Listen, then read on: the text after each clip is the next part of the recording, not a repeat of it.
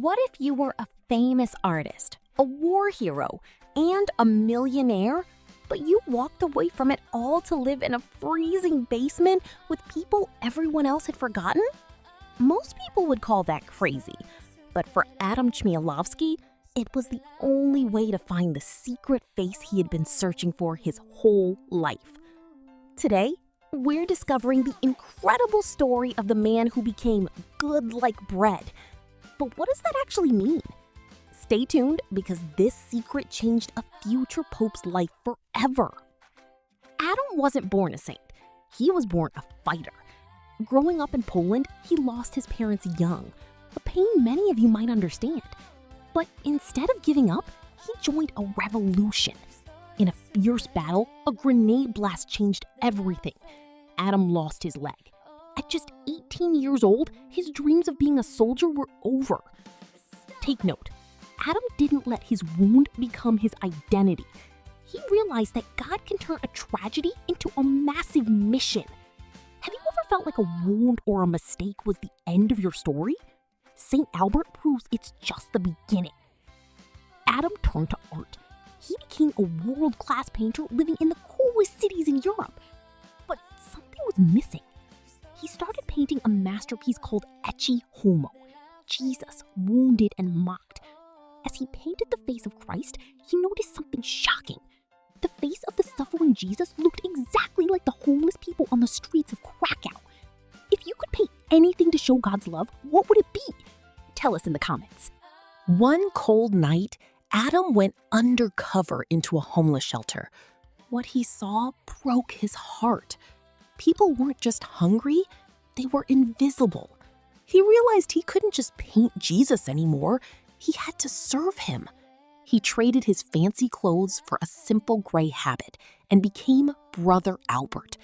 He didn't just give the poor a sandwich, he gave them his life. He moved in with them. Why?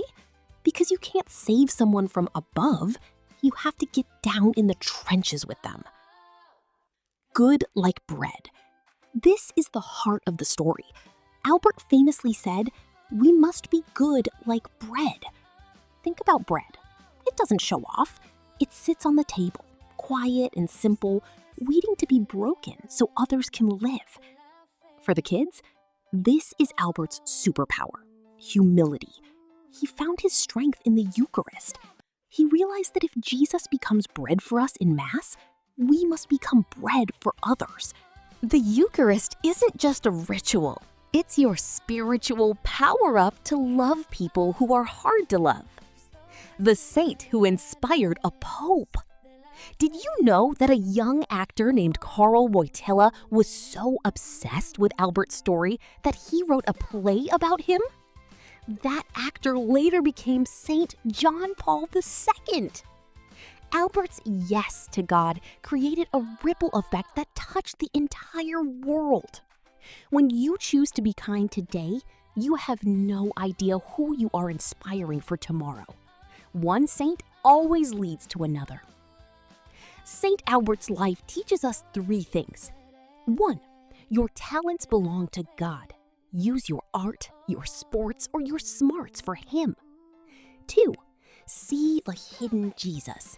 Look for the kid at school who is eating alone. That's where Jesus is hiding. 3, be bread. Don't seek the spotlight, seek to be useful. Saint Albert died on Christmas Day, the day the bread of life was born in a stable. This week, we have a challenge for you. Ask Jesus, make me good like bread.